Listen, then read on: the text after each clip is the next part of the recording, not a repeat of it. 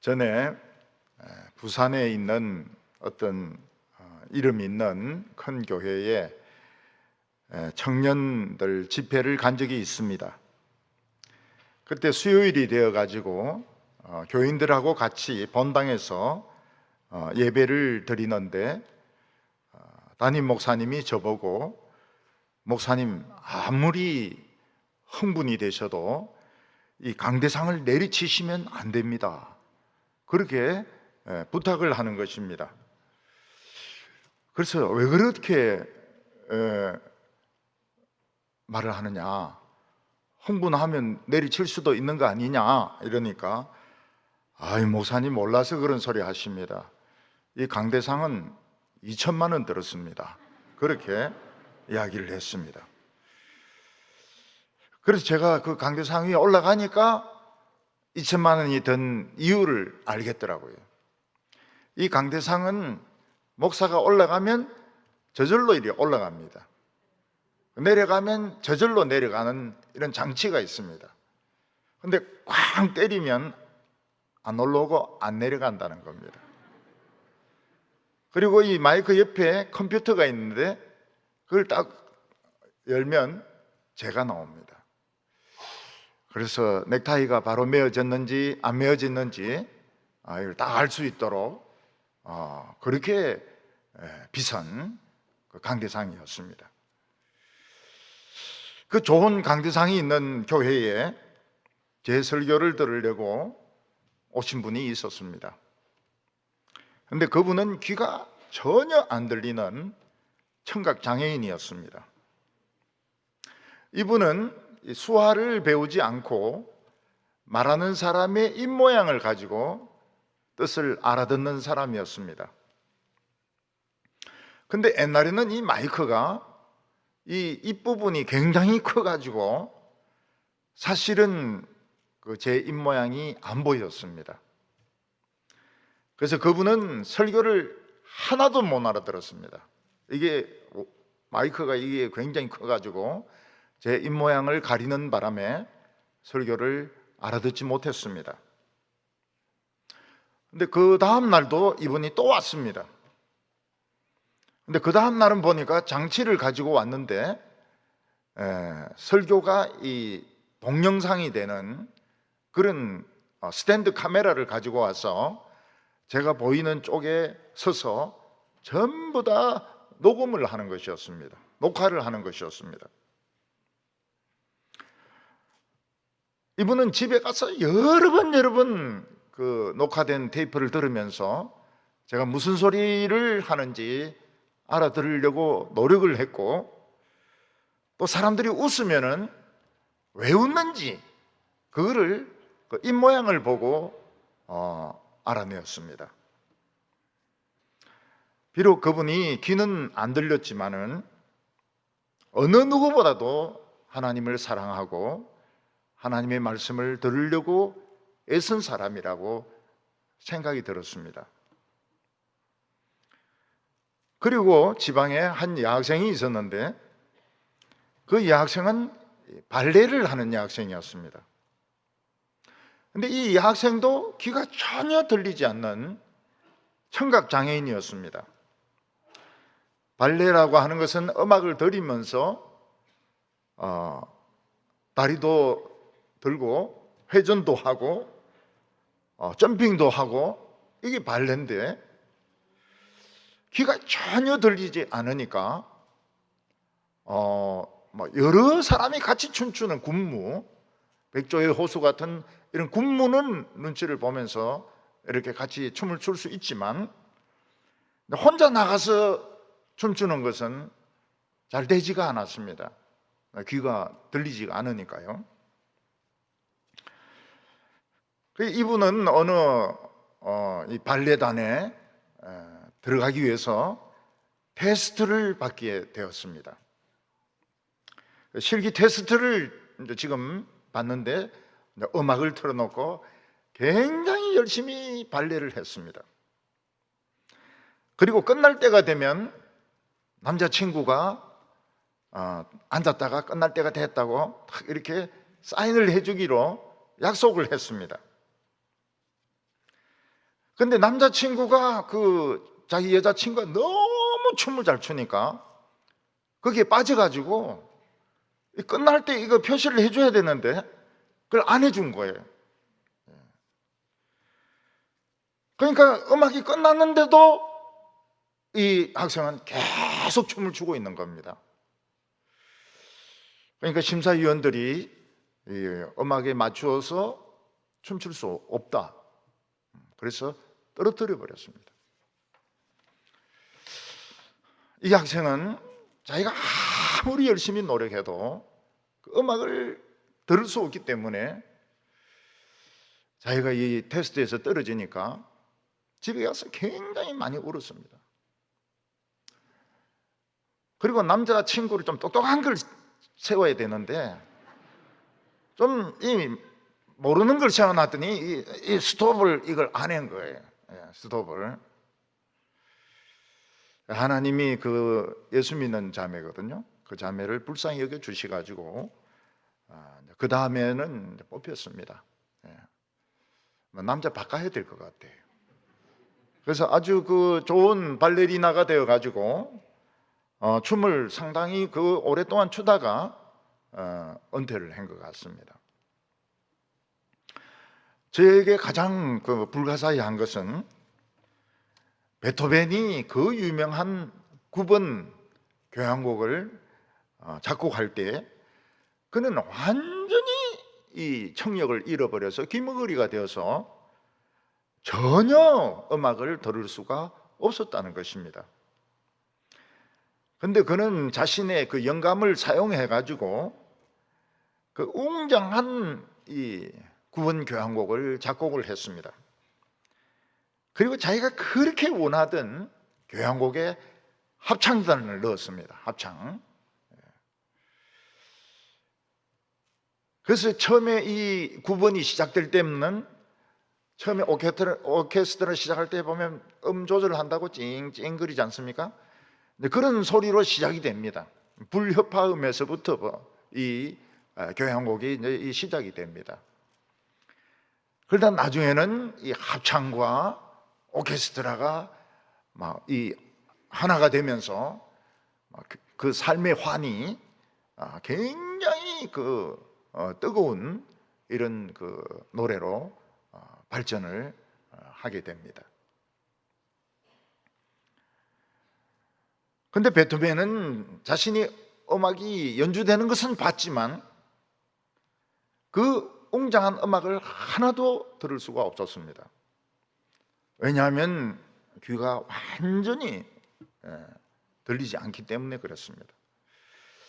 수많은 관중들이 일어나서 환호하고 박수를 치고 이랬지만 베토벤의 귀에는 하나도 들리지 않았습니다.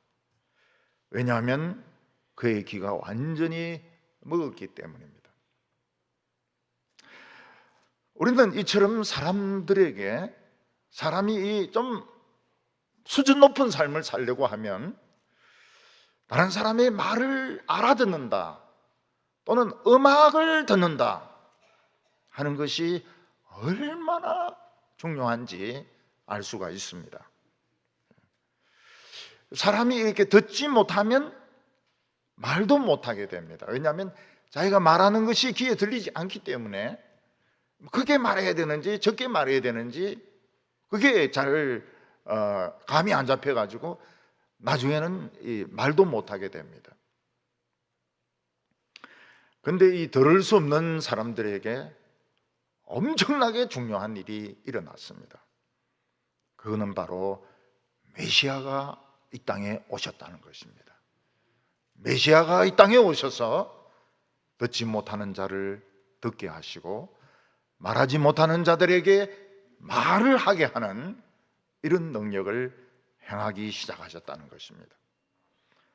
오늘 첫 번째는 예수님이 듣지 못하는 자를 만나신 것입니다. 예수님은 유대인들의 압박을 피해서 두로라는 이방 땅에 갔다가 귀한 믿음의 여성을 만났습니다. 그 여자는 이방 여자지만 예수님에 대한 소문을 듣고 예수님이 메시아다, 다윗의 후손이다, 하나님의 아들이다, 이런 확신을 가졌습니다.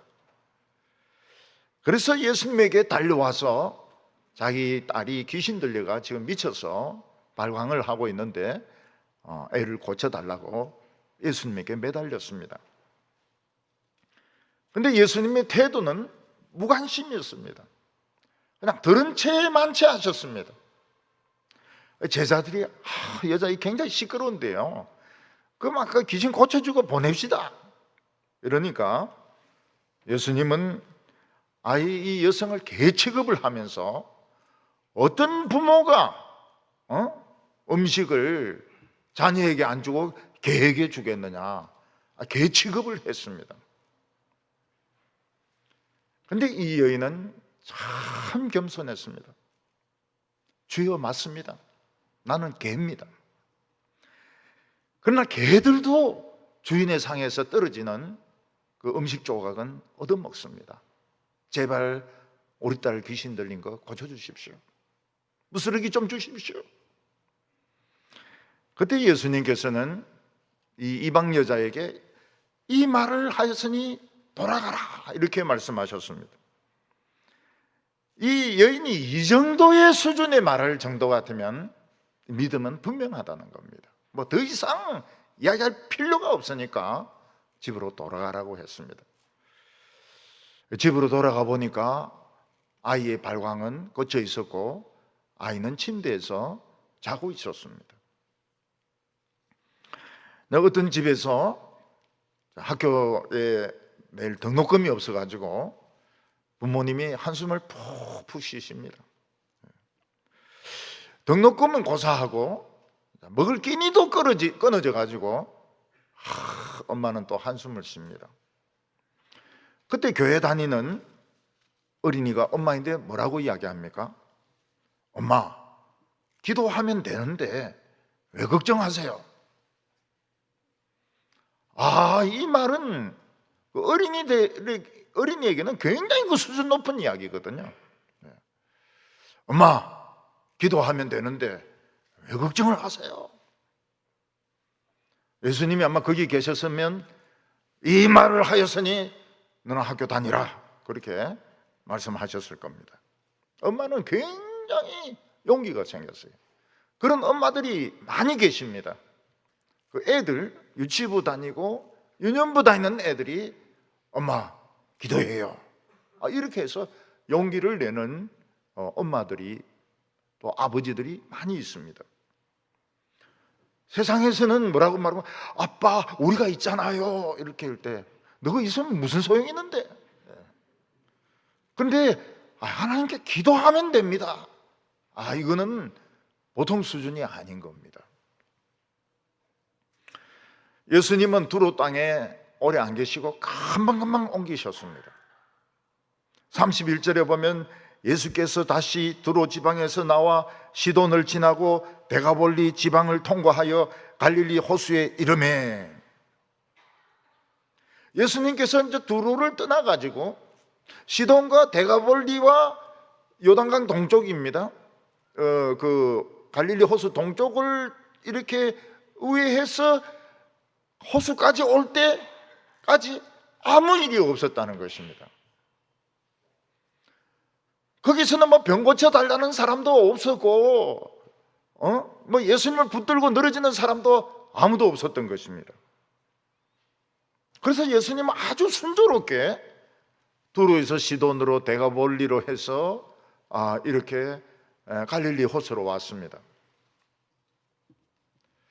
예수님께서 이렇게 순조롭게 오신 것이 좋은 일일까요? 안 좋은 일일까요? 좋은 일이 아닙니다. 예수님을 이렇게 순조롭게 오게 해서는 안 됩니다. 가는 곳곳마다 사람들이 덤벼들어서 우리의 이 난치병을 고쳐주십시오, 우리의 어려움을 해결해 주십시오. 그래서 예수님을 막 괴롭혀야 되는 겁니다. 괴롭혀야 돼요. 본헤프라고 하는 그 독일 신학자가 나크 홀게 나를 따르라 하는 그 산상설교집을 내었습니다. 2차 대전 때. 그때 이 신학자는 뭐라고 말했는가 하면, 어떤 걱정거리가 있을 때 우리가 걱정할 것이 아니고 하나님으로 하여금 걱정하게 해드려야 된다, 이렇게 말했습니다. 걱정하실 분은 하나님이시다, 이렇게 말했습니다. 우리가 어떤 일에 대해서 고민하고 바쁘게 뛰어다닐 때 실제로는 우리가 뛰어다닐 것이 아니고 하나님으로 하여금 뛰어다니게 해야 된다, 이렇게 설교를 했습니다. 자녀의 결혼 문제를 두고 부모님들이 결혼 엄청나게 하십니다. 부모님은 예수님으로 하여금 고민하게 해야 된다는 것입니다. 우리가 무엇을 먹을까, 무엇을 입을까, 우리가 염려할 것이 아니고 하나님으로 하여금 염려하게 하고 하나님으로 하여금 바쁘시게 해야 된다. 그게 그 사람의 그 설교의 내용이었습니다. 예수님이 갈릴리 호수에 오니까 벌써 달라요. 여기는 벌써 예수님에 대한 믿음을 가진 사람이 많으니까요. 벌써 이제 예수님을 괴롭히기 시작했습니다. 예수님을 바쁘게 하기 시작했습니다. 그래서 우리 성도님들은 마음속에 무슨 생각을 하셔야 되는가 하면, 하나님을 바쁘시게 해드리자, 하나님이 고민하게 해드리자, 우리 아이의 진로에 대해서 하나님이 엄청 고민하게 해드리자, 하나님을 평안하게 내버려 두어서는 안 된다, 그 생각을 하셔야 됩니다. 하나님이 고민하시고 우리는 놀고, 우리는 설교 듣고, 설교 듣고. 갈릴리에 딱 오니까 벌써 사람들이 예수님을 괴롭히기 시작했습니다. 자기 문제도 아니고 다른 이웃의 이 문제를 가지고 예수님에게 왔습니다. 그 사람은 귀가 먹어서 한마디도 듣지 못하고, 그 사람은 이제는 말도 못하는, 말도 막 굉장히 어눌하게 하는 이런 장애인을 예수님에게 데리고 와서 기도해 달라고 부탁을 했습니다. 그곳 사람들은 예수님이 기도하시면 들을 수 있다는 것을 생각하지 못한 것 같아요. 왜냐하면 그 당시 어느 누구도 이 청각장애인을 듣게 할 수 있는 사람이 없었습니다. 그렇지만은 예수님이 안수 기도하시면 하나님이 어떤 방면이든지 축복해 주실 것이다, 이렇게 생각하고 안수 기도해 달라고 그 사람을 데리고 온 것입니다. 이 사람은 태어나면서부터 청각장애인은 아닌 것 같습니다. 왜냐하면 말을 뜨듬뜨듬 이렇게 하는 것을 보면 이 사람은 말을 들었던 적이 있습니다. 아마 어렸을 때 디프테리아라든지 이런 열병을 앓으면서 귀가 먹어버린 것 같습니다. 그에게는 아무 소리도 안 들립니다. 사람들이 과음을 질러도 이 사람은 청각이 없기 때문에 마치 그 무성 영화처럼 사람이 입만 탁탁 이렇게 벌리지 아무 소리도 들리지 않았습니다. 이 사람의 귀는 그냥 고요 그 자체입니다. 고요. 모든 소리가 안 들립니다. 이 사람은 자기가 무슨 말을 하려고 해도 할 수가 없습니다. 왜냐하면 우리가 말하는 거는 자기 말이 귀에 들리니까 말을 하거든요. 자기 말이 귀에 안 들리니까 소리를 지를 수도 있고 너무 작게 이야기할 수도 있고, 그러니까 점점 자기도 말을 하지 않게 된 것입니다. 그러니까 이 사람이 말을 자꾸 안 하다 보니까 혓바닥이 안으로 들어가서 차돌처럼 단단하게 된 겁니다. 그래서 말을 거의 못하게 되었습니다. 요즘은 자동차 내비게이션이나 세탁기나 밥솥이나 문 입구의 문 얼마나 말을 잘하는지 모릅니다. 여자 목소리로요. 여자 목소리로. 목적지가 다 되었습니다. 레위기에서는 그게 나옵니다. 옛날 레위는 돈에 따라서 틀렸습니다. 좀 비싼 차는 목청이 좀 좋고, 좀 싼 레위는 이 뚝배기 같은 소리를 냈어요. 여자는 여잔데. 근데 요즘은 뭐 그런 거 없이 여자 목소리가 좋습니다. 밥이 다 되었습니다. 맛있게 드시기 바랍니다. 세탁이 끝났습니다. 이제 옷 입고 나가세요. 요즘은 기계들도 막 이야기를 하는데 이 사람은 뭐 아무 소리를 듣지도 못하고 자기 말도 잘 하지 못했습니다. 혀는 점점 굳어져서 돌이 되었고, 결국 말을 한다 그래도 로봇처럼 말하게 되었습니다. 로봇처럼 나는 지금 교회에 왔습니다. 이런 정도로, 이런 정도도 말 못할 정도로 혀가 굳어졌던 것입니다. 요즘은 사실은 이 못 듣는 것보다는 너무 잘 들어서 탈입니다. 그래서 그 지하철 부근에 있는 사람들은 그 지하철 소음, 비행장 부근에 있는 사람들은 비행장 소음. 우리 교회도 그 불로동 그 옆에는 그 공항 비행기가 굉장히 시끄럽거든요. 예배 보다가도 소리가 안 들립니다. 비행기 착륙하고 내리는 소리 때문에. 불로동이 그렇습니다. 불로동에 지정곡이 찬송가가 지정되어 있습니다. 불로 충만하게 하소서. 그게 이제 그 지정곡. 제가 신방 가면 이제 꼭 그거 부릅니다. 그 권찰들이 다 알아요. 오늘 지정곡이 뭐라는 걸. 여러분, 아파트도 안심할 수 없어요. 매미가 지하철 소리를 냅니다. 뭐 데시벨 가지고 조사를 해보니까 지하철 소리로 막 우르댄다는 겁니다. 발악을 하는 겁니다. 또 우리는 다른 사람이 자기 그 욕하는 소리 잘 듣습니다. 그리고 이제 화병이 생기고 막 우울증이 생기고 자살까지 하는 일들이 생기는 겁니다. 차라리 듣지 못하는 게 나을 뻔했는데 너무 많은 소리를 들으니까, 소음을 들으니까, 요즘 텔레비전 보면 막 자연에서 산다 이러면서 산 안에 들어갔는데 그것도 벌레들 시끄러워요. 조용한 데가 어디 있습니까? 미국의 유명한 골프 선수 타이거 우즈는 흑인인데 이제 백인하고 결혼을 했습니다. 백인 여자, 돈이 많으니까. 그리고 바람을 많이 피웠어요. 이 사람에 대해서 말이 굉장히 많습니다.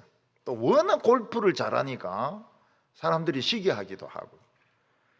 그래서 이 사람은 육지에서 늘 불안하다는 거예요.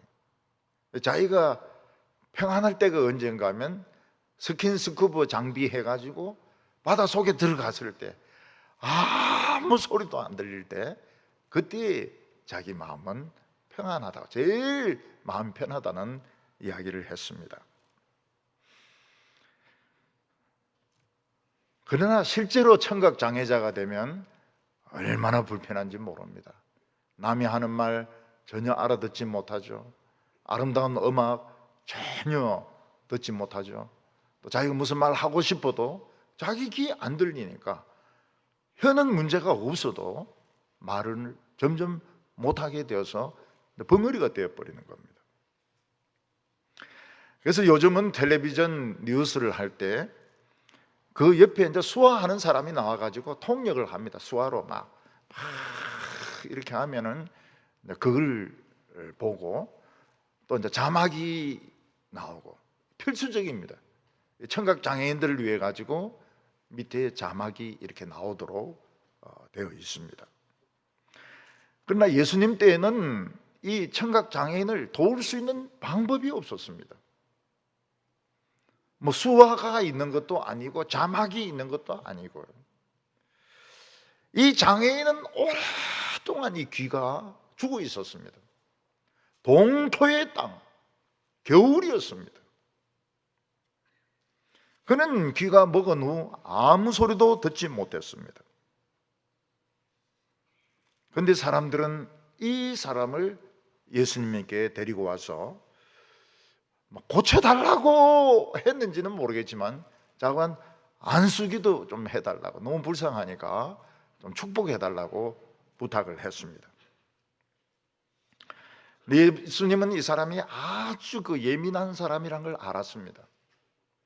그래서 여러 사람들이 보는 앞에서 고치지 않고 예수님은 무리 가운데서 이 사람을 따로 데리고 나가셨습니다.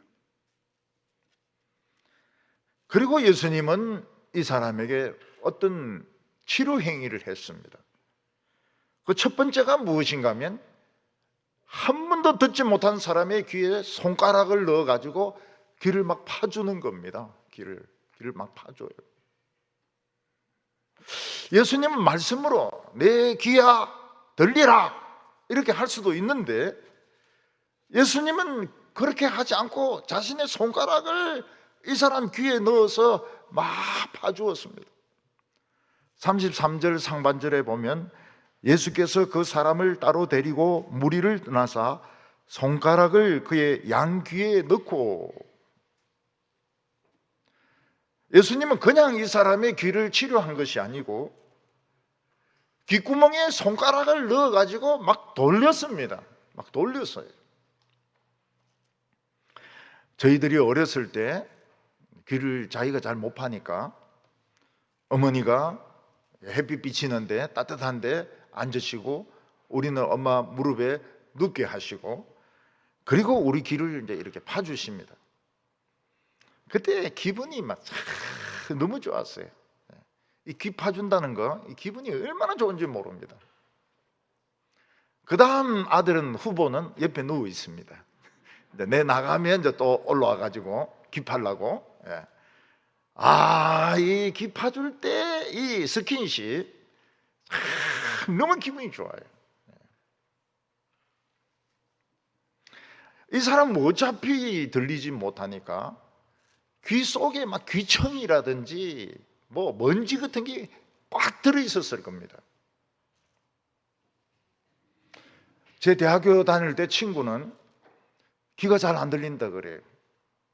이비인후과에 가니까 귀청이 꽉 막고 있는 겁니다. 그래서 제가 물어봤습니다. 너 귀를 얼마만에 파냐? 이러니까 태어나서 한 번도 판 적이 없다는 거예요. 그러니까 이 귀를 막아가지고, 귀청이 귀를 막아가지고 안 들리는 거예요. 예수님은 이 사람 귀를 이제 후벼 주십니다. 근데 기분이 너무 좋은 거예요. 야, 참 예수님이 내 귀를 후벼 주시다니 이거 참 너무너무 기분이 좋아요. 그리고 예수님은 이 사람의 입을 벌리게 해가지고 혀를 당기셨습니다. 혀가 돌처럼 굳어 있습니다. 예수님은 자신의 침을 뱉어가지고 그 혀를 이렇게 만져주면서 조금씩 당기셨습니다. 그 혀 마사지죠, 마사지. 사람의 혀는 깁니다. 이 뼈면 한 이까지 내려옵니다. 다 빼면은. 근데 이 사람은 이제 말려가지고 그냥 돌처럼 조그만하게 방울토마토 같이 되어 있는 걸 예수님은 침을 가지고 막 풀면서 막 이렇게 당겨가지고 이제 혀를 이제 조금씩 늘려주신 것입니다. 근데 왜 예수님은 침을 그렇게 잘 사용하실까요? 다른 물 좀 떠오라 해가지고 이렇게 할 수도 있고 다른 사람 침 좀 가지고 할 수도 있는데 왜 예수님은 자신의 그 침을 사용해가지고 그 사람의 혀를 이렇게 마사지를 해주셨을까요? 이 침이 이제 좀 따뜻합니다. 입안에 있기 때문에 찬물보다도. 찬물은 더 오그라들지만 따뜻하기 때문에 약간 좀 기분은 나쁠 수도 있죠. 그렇지만은 자꾸 땡기고 이렇게 하면 따뜻하니까 마사지가 되는 겁니다. 그리고 예수님 몸에서 나온 이 침은 나중에 예수님의 그 십자가 피를 상징합니다. 지금은 예수님께서 십자가에 못 박혀 죽기는 빠르지만은 예수님은 앞으로 엄청난 시대가 올 것을 알려주시는 겁니다.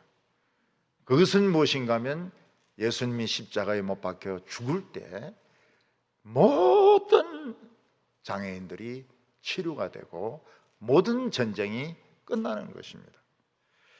그래서 이사야 35장 5절과 6절 보면 그때에 맹인의 눈이 밝을 것이며 못 듣는 사람의 귀가 열릴 것이며 그때에 저는 자는 사슴같이 뛸 것이며 말 못하는 자의 혀는 노래하리니 이는 광야에서 물이 솟겠고 사막에서 시내가 흐를 것임이라.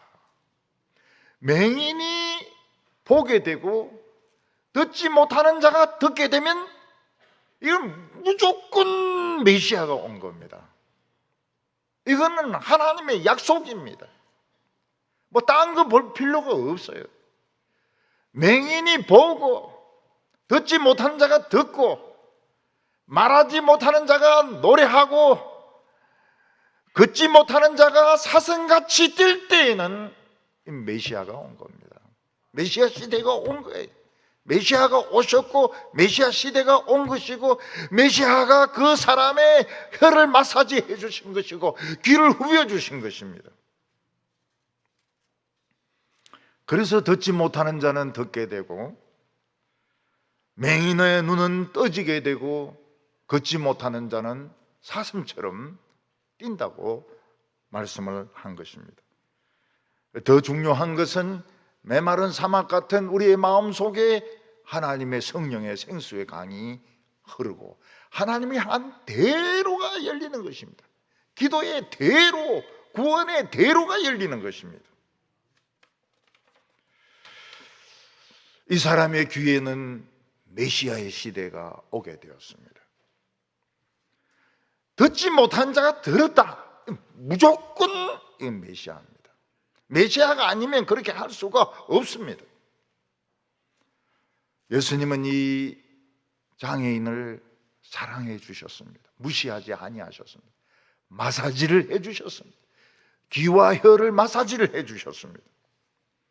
그리고 이 사람은 이제 듣기 시작하는데 그가 들은 처음 소리는 장사하는 사람들의 외치는 소리도 아니고 군정의 웅성거리는 소리도 아니고 천지를 지으신 하나님의 아들이 하시는 음성을 들었던 것입니다.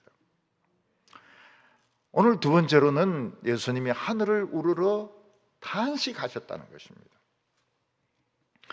예수님께서는 귀가 먼 사람, 말을 못하는 사람, 그 귀 속에 무슨 이 후라시 같은 것을 비춰가지고 안에 있는 달팽이관이 어디가 잘못되었느냐 뭐 이런 걸 보시지 아니하셨습니다.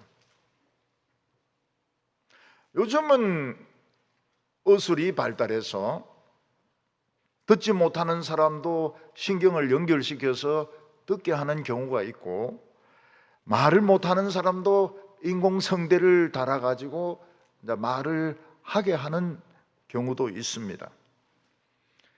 그렇지만 의사들은 하늘을 보면서 수술하지 않습니다. 하늘을 보면서 후 이러면서 수술하지 않습니다. 그들은 엑스레이를 찍고 MRI를 찍고 그래서 신경이 뭐가 잘못되었는지 어디서 끊어졌는지 왜 말을 못하는지 왜 소리를 듣지 못하는지 환자를 보고 고쳐야지 하늘 보고 고치면 못 고칩니다. 그러나 예수님이 하늘을 우러러 보면서 탄식하신 것은 이 모든 장애는 하나님 책임이라는 겁니다. 하나님 책임. 이 사람이 운이 나빠서 장애를 가지게 된 것이 아니고 하나님이 예수님을 만나게 하려고 예수님의 말씀을 듣게 하려고 하나님이 이 장애를 주셨다는 겁니다. 그 근거가 출애굽기에 나오는데 하나님은 40년간 미디안 광야에서 방황하고 있는 모세를 불러가지고 그를 애굽에 보냅니다. 이스라엘 백성들을 구출하라고 보내십니다. 그런데 이때 모세는 혀가 장애가 있었던 것 같아요. 그래서 말을 잘 하지 못했습니다. 혀가 짧아서 발음을 정확하게 못하든지 아니면 심한 그 더듬이였는지도 모릅니다. 그래서 모세는 자기가 가봐야 웃음거리밖에 안 되니까 좀 정상적인 입을 가진 사람을 보내시라고 하나님께 그렇게 이야기를 합니다. 제가 초등학교 다닐 때 보면은 우리 반에 그 더듬이가 있었습니다. 아버지, 선생님, 근데 제가 보기에는 이 더듬이가 너무 멋있는 거예요. 말 더듬는 게 그냥 막 술술 하는 게 아니고 더듬으니까. 그래서 이제 그때부터 저는 이제 더듬는 걸 연습을 해가지고 막 더듬으면서 학교 다녔습니다. 근데 누가 엄마인데 알려줬어요. 제가 더듬고 있다는 거를. 그래서 엄마가 막 굉장히 야단을 쳤습니다. 너는 그냥 말을 해야지 왜 더듬는 거를 흉내를 내느냐. 그래서 이제 그 뒤로부터는 더듬지 못하게 됐습니다. 근데 우리 반이 만만한 반이 아니거든요. 눈을 깜짝깜짝하는 애가 있는 겁니다. 이야기할 때 깜짝깜짝. 이게 또 멋있는 거예요. 제가 보기에는 눈 깜짝깜짝하면서 말하는 게 이게 너무 매력적으로 보이는 겁니다. 그래서 제가 이제 그 다음부터는 이야기할 때마다 눈 깜짝깜짝하면서 이러면서 이제 이야기를 하는 거예요. 그 또 우리 동네 사는 애가 우리 엄마인데 그 비겁하게 그걸 일러준 겁니다. 엄마가 저를 부르더니 왜 눈을 그래 깜짝깜짝하면서 이야기하냐. 내 눈 깜짝하지 말라고. 그래서 그때부터 참 깜짝깜짝 못하고 그냥 이리 돼버렸어요.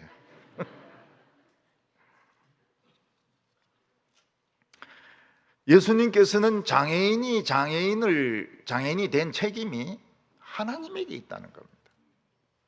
그래서 모세인데 뭐라고 말씀하시는가 하면 누가 눈을 만들었느냐? 나 하나님 아니냐? 누가 귀를 만들었느냐? 나 하나님 아니냐? 누가 입을 만들었냐? 나 하나님 아니냐? 그렇다면 뒤집었어. 맹인은 누가 만들었냐? 나 하나님 아니냐? 귀머거리 누가 만들었냐? 나 하나님 아니냐? 누가 벙어리를 만드냐? 나 하나님이라는 겁니다.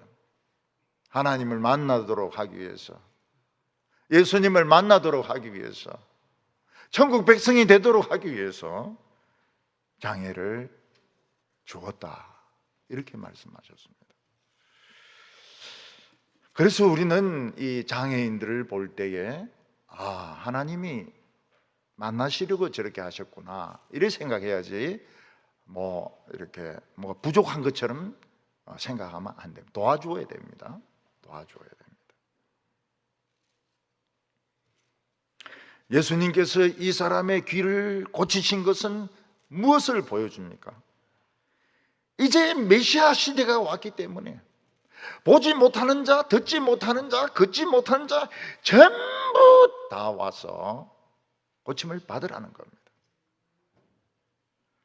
예수님께서 하늘으로 탄식하신 것은, 이렇게 힘들게 살아가는 것은 하늘에 큰 담이 있는 것입니다.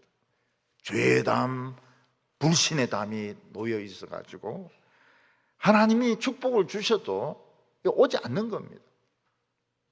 그런데 예수님께서는 아기로 조그만 구멍을 뚫어가지고 이 세상으로 오셨어요.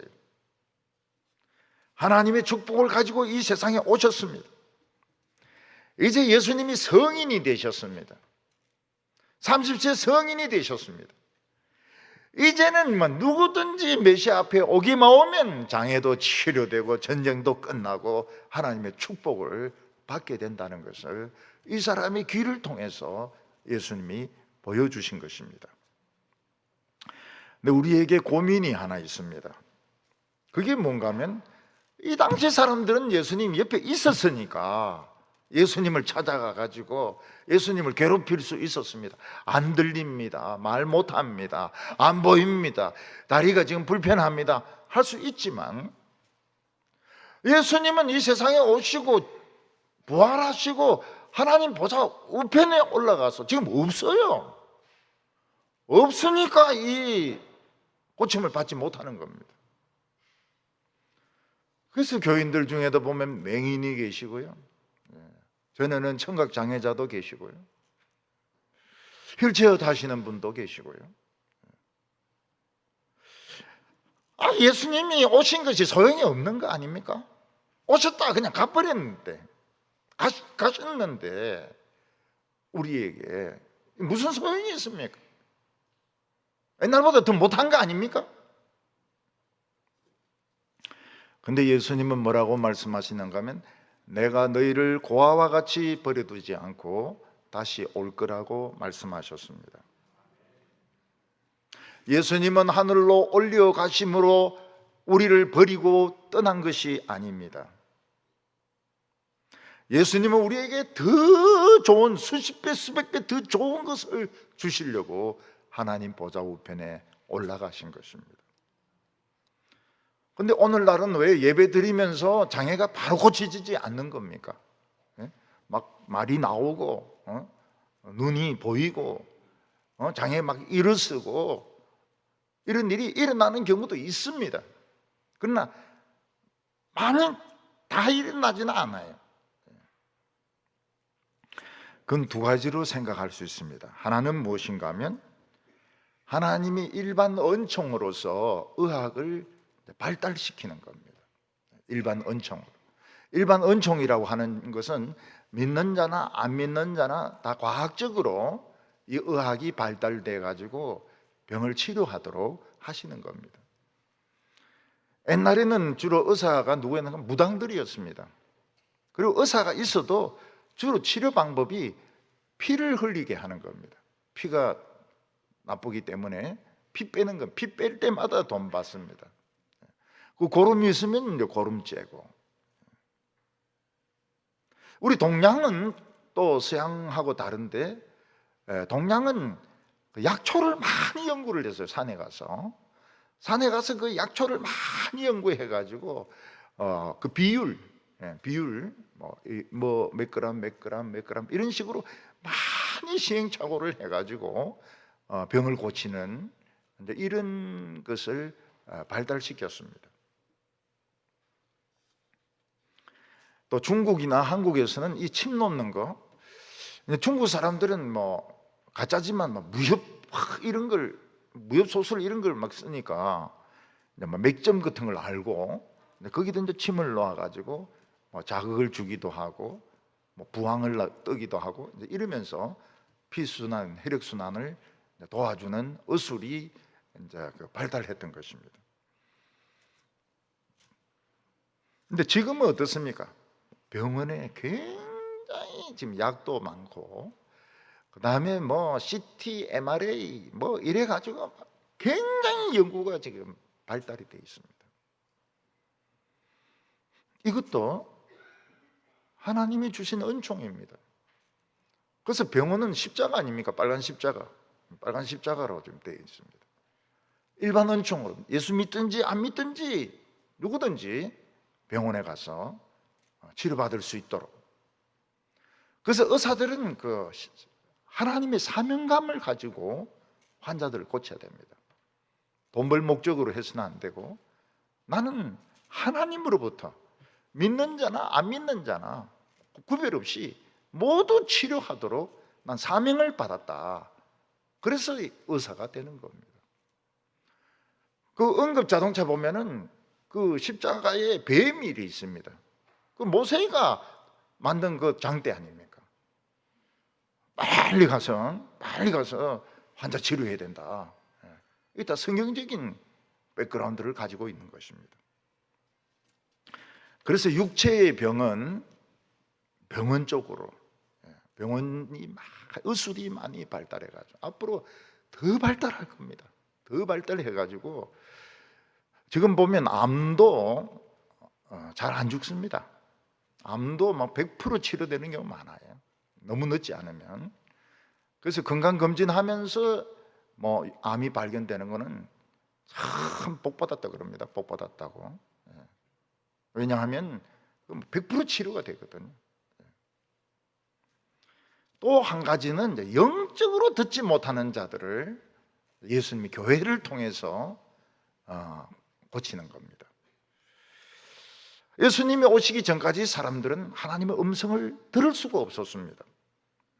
또 하나님께 말할 수 있는 능력도 없었습니다.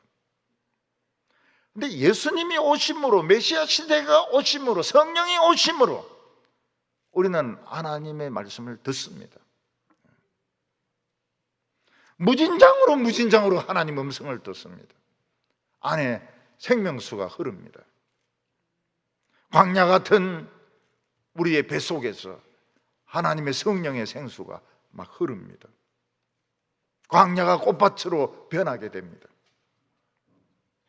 예수님은 유대인들에게 설교하면서 누구든지 귀 있는 자는 들으라고 말씀했습니다.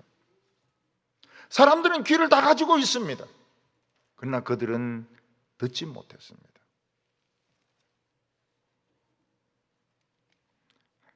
예수님은 이 청각장애인의 귀를 고쳐주셨지만 이제부터는 사람들의 영의 귀를 고쳐주어서 하나님 말씀을 알아듣게 할 것입니다.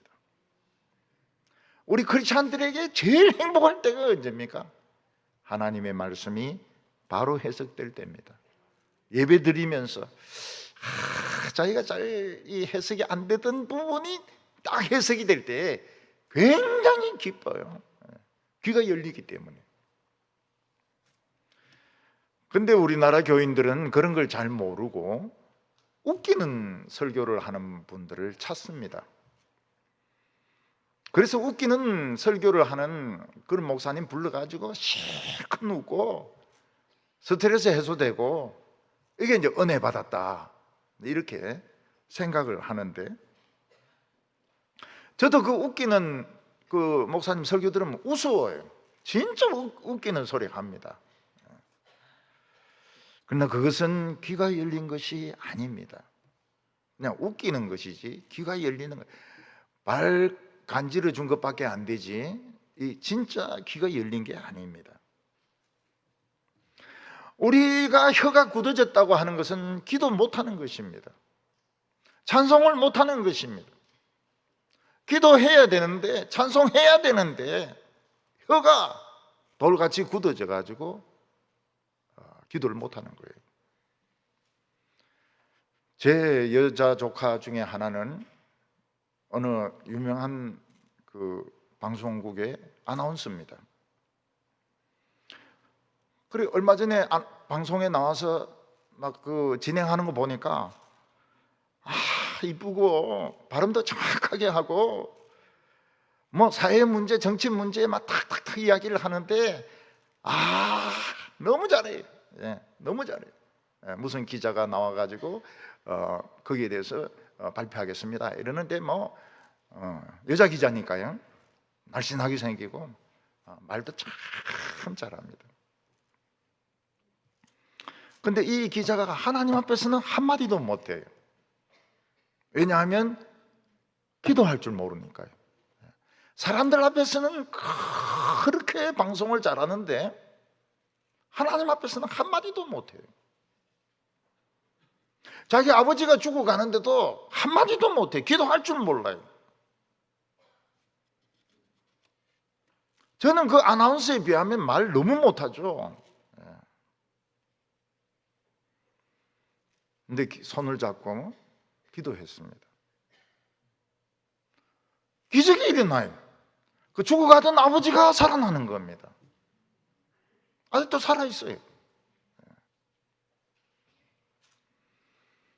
저보고 뭐라고 말하는가 하면 너무 장수할까 걱정이네 이러면서 막 장수할 것 같다는 거예요. 장수할 것 같다고. 지금은 메시아 시대가 왔습니다. 우리 성도들도 아프면 병원에 가셔야 돼요. 약도 먹어야 됩니다. 기도도 해야 됩니다. 기도하고 병원 가느냐, 병원 갔다 오고 나서 기도하느냐, 그거 알아서 하세요. 예수님의 메시아 시대가 오면 사자와 어린 양이 함께 뛰놀고 어린아이가 독사굴에 손가락을 넣어도 물리지 않는다고 말씀을 했습니다. 사람들은 칼을 쳐서 삽을 만들고 창을 쳐서 낫을 만들 거라고 했습니다.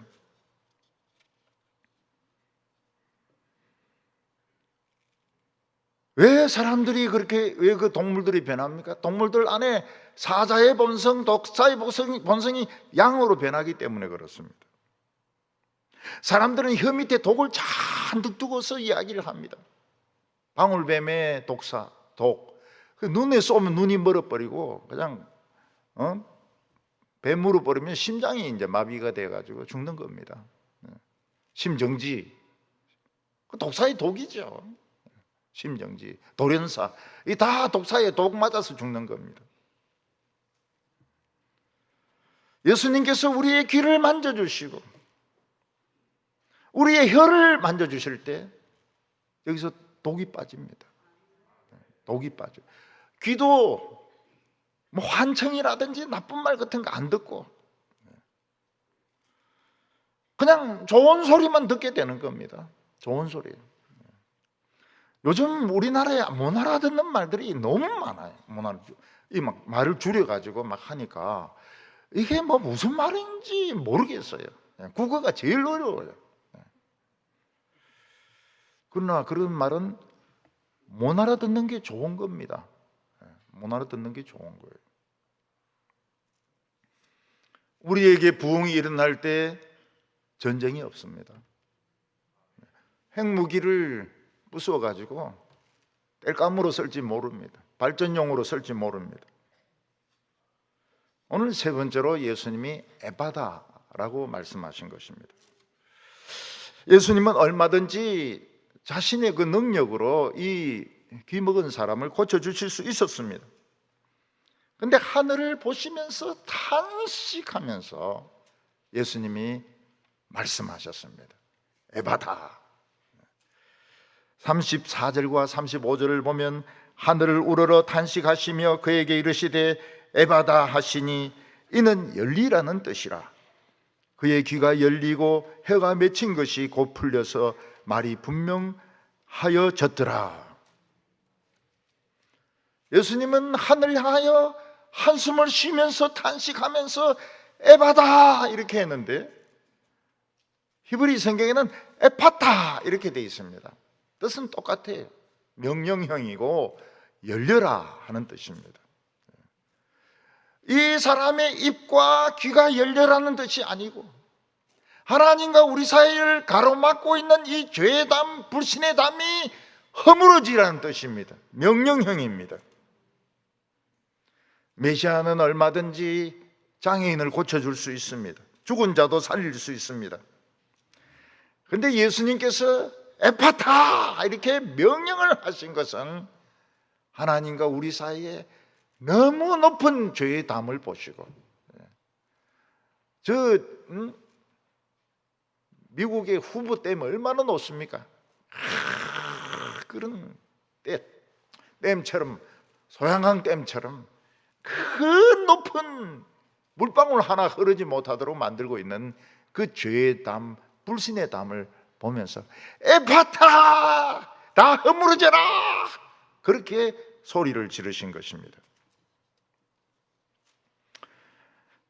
우리가 이 세상에서 병으로 고통받고 경제적으로 어렵고 회사가 어렵고 정치가 막 이상하게 흘러가는 이유가 어디에 있을까요? 다 나쁜 놈들이 그 자리를 잡고 있어서 그렇다고 생각을 합니다. 그러나 예수님은 그렇게 생각하지 않습니다. 이 죄의 담, 불신의 담이 있어가지고 하나님의 은혜가 안 오니까 이렇게 살기가 힘든 겁니다. 근데 예수님이 에파타 이렇게 하니까 막 허물어지기 시작하는 거예요. 후보댐 같은 그런 댐이 막 금이 가면서 막 쏟아지기 시작하는 겁니다. 눈이 났고 귀가 났고 마음이 변하게 되는 겁니다. 독일 사람들은 이런 일이 일어나는 것을 보았습니다. 동독과 서독 사이에는 우리 같은 휴전선이 가로놓여 있었습니다. 그 담 위에는 철조망이 놓여져 있었습니다. 동독 사람들 중에서 서독으로 도망치려고 그러면 군인들이 총으로 쏘아 죽였습니다.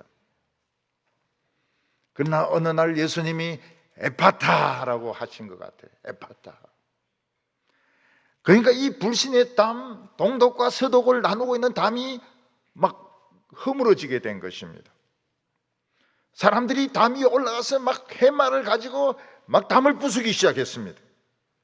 무수한 사람들이 동독에서 서독으로 넘어가게 되고, 지금 독일 수상으로 있는 메르켈도 동독 출신입니다. 동독 출신이 그렇게 정치를 잘해요. 우리나라는 우파와 좌파가 나뉘어져서 서로 엄청나게 욕을 하면서 싸우고 있습니다. 목사든 아니든 막 입에 담을 수 없는 욕들을 막 하고 있습니다. 남한과 북한 사이에는 이 휴전선이 있고 핵무기까지 있습니다. 그러나 어느 날 예수님이 에파타 하면 좌파 우파 없어집니다. 휴전선 없어집니다. 날아갑니다. 사람들의 귀가 열리고 혀가 풀리면서 하나님을 막 찬송합니다. 하나님의 모든 말씀을 알아듣습니다. 예수님은 사람들에게 이걸 말하지 말라고 했습니다. 신학자들은 이걸 메시아 은닉이라고 이야기합니다. 36절에 예수께서 그들에게 경고하사 아무에게도 말하지 말라 하시되 경고하실수록 그들이 더욱 널리 전파하니, 예수님께서 열려라 하신 것은 육체의 병만 치료한 것이 아닙니다. 이 불신의 벽, 죄의 벽을 막 두들겨 부수기 시작한 겁니다. 그런데 사람들은 그냥 육신의 병만 생각하기 때문에 병치료만 받으려고 자꾸 오는 겁니다. 그래서 그런 목적으로는 이야기를 하지 말라고. 중국에 댐이 있었는데 빙하가 녹으면서 그 빙하가 댐을 쳤습니다. 댐이 박살이 났어요. 그 댐 밑에 살던 많은 사람들이 물에 빠져 죽었습니다. 예수님께서 에파타, 하늘에서 댐이 무너집니다. 쓰나미가 하늘에서부터 내려오게 됩니다. 성령의 쓰나미가 쏟아지게 됩니다. 그때 많은 기적이 일어나며 많은 병자들이 낫게 됩니다. 오늘도 이 예배가 하나님과 나 사이의 파타가 되기를 바랍니다. 하나님과 나 사이의 불신의 벽이 허물어지면서 나에게 있는 모든 병들, 어려움들 다 해결되고 우리의 마음속에 메시아의 나라가 이루어지기를 바랍니다. 기도드리겠습니다. 거룩하신 하나님 아버지, 우리는 매일 이 세상에서 독을 한 사발씩 마시면서 속이 괴롭고 머리가 아픈 가운데서 살아가고 있습니다. 메시아는 이미 오셨지만 인간들은 또다시 죄의 담, 불신의 담을 쌓아서 하나님의 성령이 오시지 못하게 만들고 있습니다. 오늘 주여 저희들에게 말씀하옵소서. 에파타라고 말씀하여 주셔서 이 담이 허물어지게 하여 주시옵소서. 평화가 오게 하여 주시옵소서. 칼을 쳐서 삽을 만들고 낫을 쳐서 창을 쳐서 낫을 만드는 평화의 시대가 오게 하여 주시옵소서. 예수님의 이름으로 기도하옵나이다.